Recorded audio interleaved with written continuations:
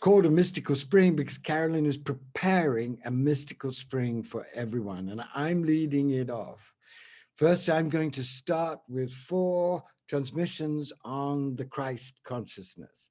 And then Mirabai Star is going to come and wonderfully unpack all the depths of St. John of the Cross's vision of the dark night and why it's so important for us now. And then Carolyn herself is going to give her new teachings, her extraordinary new teachings, which I've had the honor of talking with her many, many times about, on organic divinity related to Teresa of Avila's 7 mansions in the interior castle. This is going to be a feast of joy, a feast of inspiration, a feast of passion. What I want to do now is just to tell you a very little about what I am about to do. I'm about to really plunge into the heart of my passion for the Christ. Not for Christianity, not for the religion that's been created out of mad misinterpretations of Jesus's original message and mad deformations of them. Not the Christianity that has been so homophobic and misogynistic and hierarchical and patriarchal, but the real Christ, the real Jesus. This has been an obsession of mine for, as you know, 30, 40 years. And the book that I love the most of all that I've written is Son of Man. I wrote it just after the 2 people who exemplified the true Jesus life died. On the one hand, my great teacher, Father Bede Griffiths, and on the other hand, my father, who was the humblest and grandest of men. And I wrote it because what had happened when I met my great soul father, Father Bede Griffiths, was that he awoke in me a passion for Jesus that had always been there, but it had got so disillusioned and darkened by everything that I'd met in Christianity. I saw in Bede someone living the true message of Jesus. And after G died, I plunged into a study of all the recent scholarship, into all of the great Christian mystics, and into most of all, and most thrillingly of all, not only the Gospels, which remain magnificent and amazing poems of this extraordinary new force that Jesus was bringing in, but the Gnostic Gospels, and especially the Gospel of Thomas, discovered in 1945 as one of 12 Gospels that had been lost for a very long time, almost 2 millennia, and which, when you read it and meditate on it, offers the most thrilling, radical, amazing vision of Jesus and the message that he was bringing. We are all now in a global dark night, and I think all of us recognize that the times are terrifying and dark and that everything is at stake. But when you step back and when you take a very deep breath, you also realize that something amazing is being potentially born. Amazing new movements honoring justice and compassion to all beings, to nature, to animals, are being vitalized. And as the dark displays its madness very clearly, so millions of people are becoming aware that we now need on the earth a loving army of warrior midwives prepared to put their lives on the line to birth a new world out of the ashes of the old. And all my work is dedicated to giving whoever wants it the hope, the passion, the energy, the joy, the vision that I've been given by the divine, so that they can become one of those who step up and give everything at this time to birth a new world. Nothing is more important, in my opinion, than getting back to the original message of the original Jesus. Jesus never claimed to be the unique Son of God. That was a fantasy they created. Jesus never claimed to be the only one and to be the one worthy of absolute adoration. Jesus came as a universal liberator for all of us, to show us what we could be if only we established and sustained and nourished and kept vibrant and passionate the direct, naked relationship that he had with the divine. And he showed us in this madly noble life that he lived. He showed us this in the miracles that he did. He showed us this in the extraordinary example of his constant telling of truth to power. He showed us in the way that he embraced everyone, whoever they were, at whatever stage they were, and showed them utmost compassion and dignity and respect.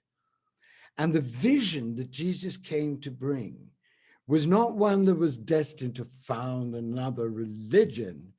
It was one that was intended to create a path that would enable anyone who took it passionately and sincerely to birth the same love and wisdom consciousness that infused him in them.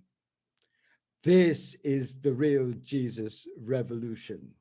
And that's the revolution I shall be celebrating in 4 different transmissions. The first will concentrate on Jesus's fundamental vision of kingdom consciousness and show, oh my God, what a radical and gorgeous and all-inclusive vision that is.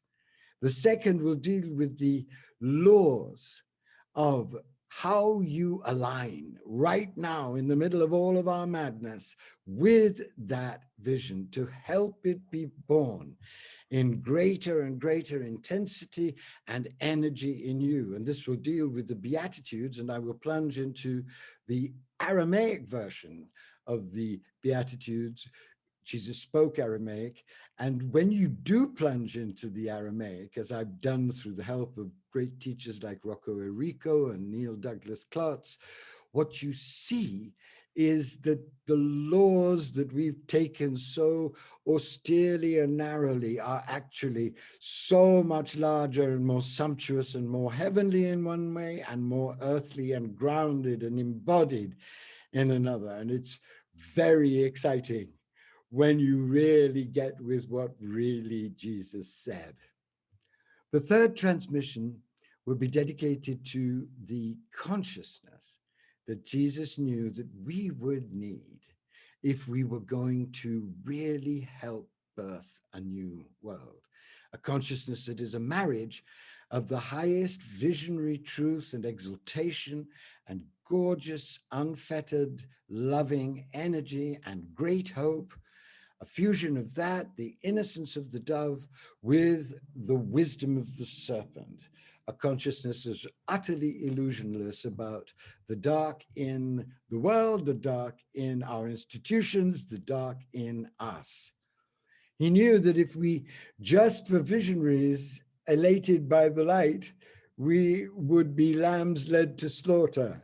But if also he knew that if we were just darkened by cynicism and paralysis and despair at the real evil out there and in here, we would do nothing, and we would in fact help birth the darkness.